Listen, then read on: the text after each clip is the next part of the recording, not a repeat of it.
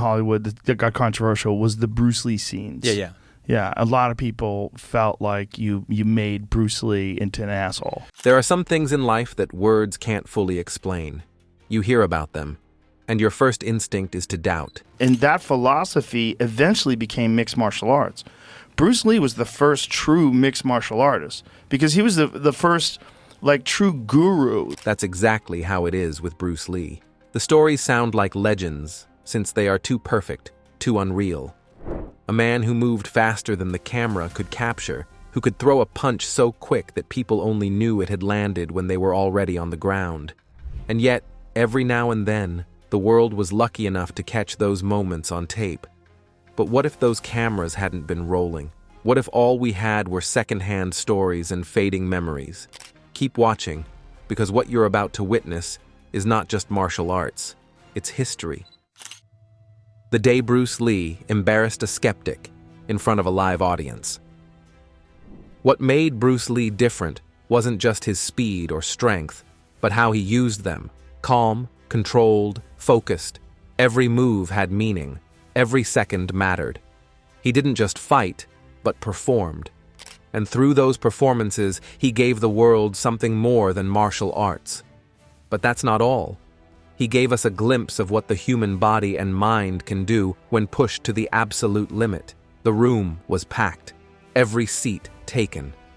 People leaned forward, phones and cameras in hand, ready to catch a glance of something unforgettable. Bruce Lee stood at the center of the hall, calm, steady, with that same quiet focus that made crowds go silent. He wasn't doing much at the time, just explaining a few principles of his fighting style. Jeet Kune Do wasn't about fancy moves or dramatic flips. It was about real power, real speed, and real results. And Bruce had all three. Then a man raised his hand. He wasn't a fan, just a curious audience member. From the way he spoke, he sounded like someone who had trained a little. Maybe boxed in college. Maybe took a few karate classes in his spare time. He didn't sound rude, just confident. Confident enough to say that Bruce's punches weren't that fast. That maybe, just maybe, he could block them. People laughed lightly, but Bruce didn't. He simply nodded and waved the man forward. No argument. No need to defend himself with words. He didn't have to. He had something better. The man came down, looking relaxed. He smiled at the crowd, rolled up his sleeves, and got into a defensive stance. Bruce didn't speak. He just raised one fist and held it close to the man's chest. No wind-up, no warning. Then, snap. In a flash, his hand shot out, then again and again. 3 punches that were lightning fast. Before the man could even flinch, his hands hadn't moved. His shoulders hadn't tensed. He hadn't even blinked. He just stood there, wide-eyed, breathing heavier than before, staring at Bruce like he had seen something that didn't make sense. Bruce stepped back and bowed. The man didn't try again. He simply gave a nervous laugh and walked off stage. The crowd didn't cheer right away. They were still processing what they had just seen. It was over in seconds, but the clip has lived online for decades. Without that recording, no one would believe it. Not the speed, not the accuracy, and certainly not the fact that a grown man had his confidence shattered in front of hundreds, all without Bruce breaking a sweat. The Nunchuk scene that shouldn't have been possible. When people talk about Bruce Lee's movies, there's always one image that comes to mind, which is the man standing shirtless, sweat shining on his skin, holding a pair of wooden sticks connected by a chain. Nunchucks, to most people, they're just a flashy prop, something you twirl around for show. But in Bruce's hands, they were something else entirely. On the set of Game of Death, the crew was nervous. There was a scene where Bruce was supposed to use nunchucks in a fight. It was fast, it was intense, and the timing had to be perfect. But here's the thing. No one thought it could actually be done with real weapons, not at that speed, not with that level of control. The suggestion was clear. Swap them out, use props, use sound effects, make it look good in post-production. But Bruce refused. He wasn't interested in tricking the audience. If he was going to do it, he was going to do it right. So he picked up the real thing. Hardwood handles, steel chain, no room for error. The cameras rolled. Bruce stood still for half a second, then exploded into motion. The nunchucks spun so fast they blurred. Left to right, up to down. They hit targets, changed direction, then struck again. Every motion had weight. Every strike was deliberate. There was no pause, no hesitation, just movement, which was sharp, clean, and perfectly timed. For 6 seconds straight, he didn't miss once. Not a drop, not a fumble, just pure, smooth control. And it wasn't just for the camera. Even the people on set froze. The sound of wood cutting through the air echoed across the room. Nobody spoke. Nobody moved. When the director called cut, the room broke into applause. Not because it looked cool, but because they knew what they had just seen. Something you couldn't fake. Something that even trained martial artists struggled to believe. That footage became one of the most replayed scenes in martial arts cinema. And here's the truth. If it wasn't caught on film, no one today would accept that it really happened, because what Bruce did wasn't supposed to be possible. When a karate legend learned the hard way. Joe Louis wasn't just any martial artist. He was a world heavyweight karate champion, a decorated fighter, and one of the most respected names in the business. He was strong, sharp, and confident, and the kind of man who didn't back down from a challenge. So when he met Bruce Lee, he didn't come in as a fan. He came as an equal, maybe even a skeptic. The meeting happened behind closed doors. No crowds, no bright lights, just two fighters in a quiet space. Joe wanted to show Bruce something, which was the classic karate punch. Quick, director, clean. He stepped forward, demonstrating how the punch was thrown, how the weight shifted, and how the power built from the ground up. It was solid technique, and anyone watching would have agreed that Joe knew what he was doing. Bruce watched closely. He didn't interrupt. He didn't look impressed. When Joe finished, Bruce simply said, "Now let me show you something." He took a small step forward. No fancy stance, no deep breath, just a slight motion. He placed his hand near Joe's chest and tightened his focus. Then, without moving his feet, without pulling his arm back, he punched. Joe Louis stumbled backward, not because he wasn't ready, but because the force behind Bruce's punch didn't make sense. It came from nowhere. No buildup, no warning, just pure energy, delivered straight through his body. Joe was stunned, not hurt, but shaken. Not many people had ever made him feel like that. He'd fought champions before, he'd taken real hits. But this one? It was different. It felt like Bruce had reached inside and knocked the breath out of him. That moment stayed with Joe Louis for the rest of his life. He didn't walk away angry, he walked away impressed. And over time, the two men became friends. Bruce had earned his respect, not with talk, not with titles, but with one clean move that said everything. The punch was recorded during a private demonstration, and later, the footage surfaced online. It's been studied by fighters, trainers, and experts. They've tried to explain it, the physics, the muscle control, the technique. But even with all the breakdowns and theories, one thing remains clear. If that moment hadn't been recorded, no one would believe a punch like that was real. The student who quit karate after one look at Bruce Lee. Taki Kimura wasn't just another martial artist. He had years of experience in traditional karate and took his training seriously. He believed in discipline, form, and the values passed down from teacher to student. I met Bruce Lee in 1959. He had landed in San Francisco where he was born, and at the time, he had no plans to switch styles or follow anyone new. But all that changed after a single encounter with Bruce Lee. They had met briefly before. Bruce had spoken to him about Jeet Kune Do, his personal fighting philosophy.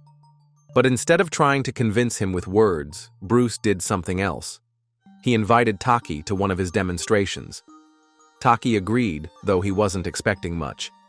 He had seen countless demonstrations before, which were polished performances with choreographed moves, carefully chosen students, and predictable punches.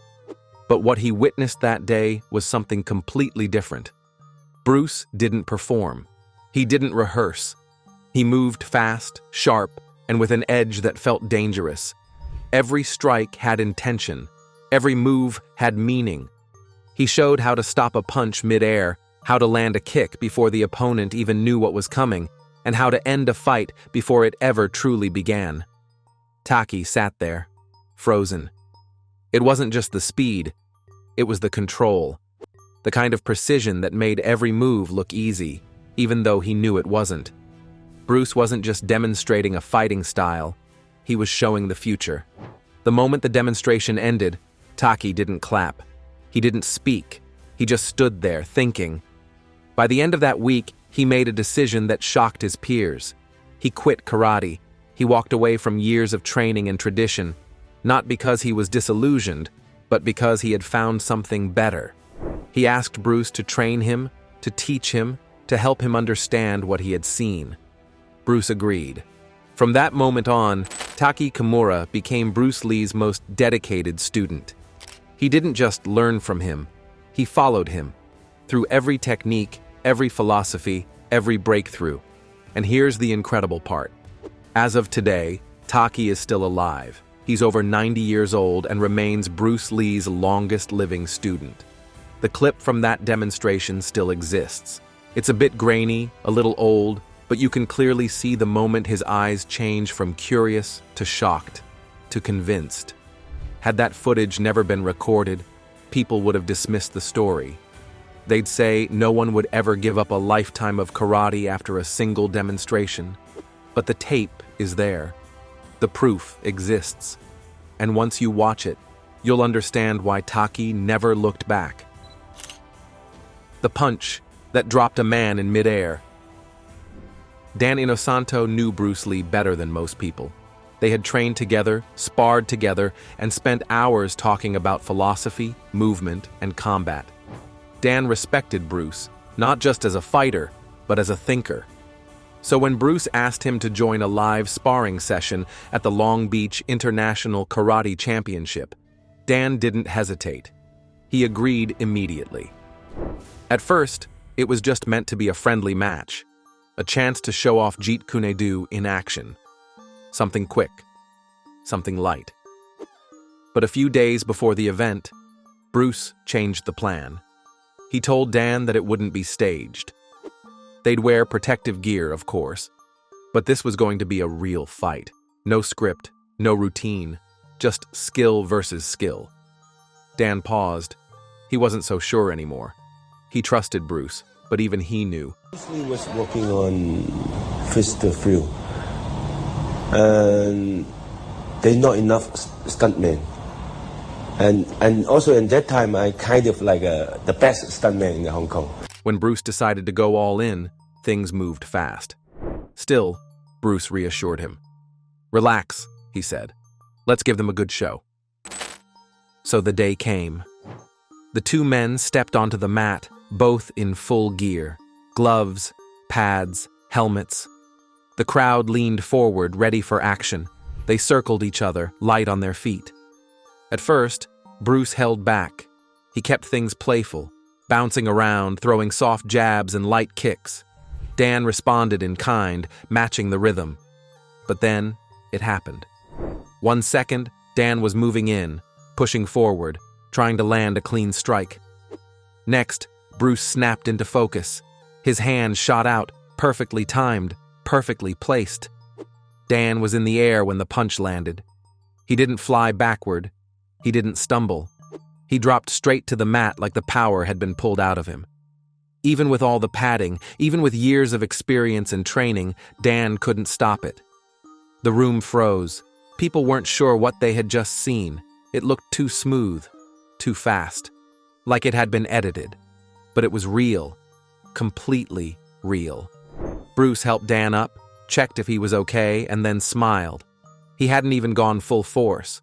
Without the protective gear, that punch would have done serious damage. And even with it, the impact was enough to knock one of the world's top martial artists off his feet, mid-attack, mid-air. That moment was caught on camera. You can see it clearly, the setup, the strike, the fall, no fancy tricks, no hidden angles, just a punch so clean, so well-timed, that it changed the energy of the entire room. If that clip didn't exist, it would sound like something out of a comic book. A man dropping another with one hit while airborne. It would have been laughed off, dismissed as a myth. But the camera doesn't lie. The punch was real. The fall was real. And Bruce Lee had once again shown the world that rules don't apply when you master the craft at his level. The coin trick that stunned even the best. Bruce Lee's speed wasn't just for fighting. He used it to shock and amaze people in ways that seemed magical. One of his favorite demonstrations was the coin trick. It's simple, but unforgettable. He'd ask a volunteer to hold out their hand, palm up. Then he would place a coin on their palm. The volunteer's job was to close their hand as soon as they saw Bruce move. Sounds easy, right? Except Bruce's hand would move so fast that the volunteer's hand would still be open, or only just starting to close, while Bruce's fingers were already snatching the coin. Sometimes, when the volunteer opened their hand again, the coin was gone. Sometimes, it was replaced by a different coin. The volunteers were left speechless, struggling to understand what had just happened. Many said they felt like their hands had been moved without them realizing. This wasn't a magic trick, and it wasn't sleight of hand. It was pure speed. Bruce's hand moved faster than the eye could follow. Even cameras had trouble capturing it. The footage reveals a blur moving across the screen, stealing the coin before anyone could react. It's hard to explain how remarkable this was until you see the reactions of the people involved. Some martial artists tried to replicate it, but failed. They simply couldn't match Bruce's timing and precision. The coin trick wasn't about showing off. It was Bruce's way of proving a point. Speed is real power. It's not just about strength or muscle. It's about how fast your mind and body can work together. If this trick hadn't been filmed and shared, many would have thought it was just a story told by people who wanted to believe Bruce was more than human. But because it was caught on camera, we can see exactly how fast he was. And once you watch, you realize Bruce Lee's speed wasn't just a skill, it was something extraordinary. The shadow boxing that left experts speechless. Bruce Lee's shadow boxing wasn't just practice, as it was a demonstration of perfection. During a private session filmed in his training room, Bruce moved with a speed and precision that seemed impossible to believe until you saw it. His fists flew out in rapid-fire punches, not just random strikes, but precise jabs and hooks aimed at invisible opponents. Each hit was so fast and sharp that even his own trainer, who stood right next to him, could barely follow. The trainer later said the moves looked like a blur, a shadow flickering across the room. What made this moment incredible wasn't just speed. It was the control Bruce had over every muscle. He wasn't just throwing punches. He was composing a silent rhythm of attack and defense with perfect timing. His eyes never left the imaginary target, and his breathing stayed steady, calm. The video shows Bruce throwing over 8 punches in less than 1 second. What's stunning is how each punch has the power of a full strike, but none are wasted. It's a lesson in efficiency and mastery. Without this recording, experts would have called it impossible. They'd say no one could move that fast and stay that focused. But Bruce Lee did, and watching this footage, you can feel the difference between speed and mastery. The one-finger push-up that defied human limits. Strength is easy to fake in movies. Props can be rigged, angles can be adjusted, and clever editing can make anyone look superhuman. But when Bruce Lee dropped to the floor and performed a push-up using just 2 fingers in front of a live crowd, there were no tricks. No camera angles, no sound effects, just Bruce, the floor, and silence. This moment happened during a martial arts demonstration in the late 1960s. A room full of students, fighters, and skeptics watched as Bruce casually knelt down. Without warming up or building suspense, he extended his index finger and thumb. Then, with a calm breath, he pushed his entire body off the ground, using just that one finger. No shaking, no struggle, just smooth, perfect control. People didn't cheer right away. They just stared. One person in the audience said it was like watching a magician bend reality. But this wasn't magic. It was raw strength, balance, and focus fused into one impossible-looking feat. Bruce didn't even make a show out of it. After the push-up, he stood up, wiped his hands, and continued his demonstration like it was just another warm-up. Biomechanics experts later tried to explain it. They talked about tendon strength, bone alignment, and muscle density. But even they admitted most humans, no matter how fit, would injure themselves trying it. The tendons in the average finger simply aren't built for that kind of load. Yet Bruce didn't just do it, he made it look effortless. What exactly was Bruce Lee made of? Let us know in the comments section. We hope you enjoyed watching this video. Remember to like, share it, and subscribe for more. Also, click the next video showing on your screen. You will enjoy it.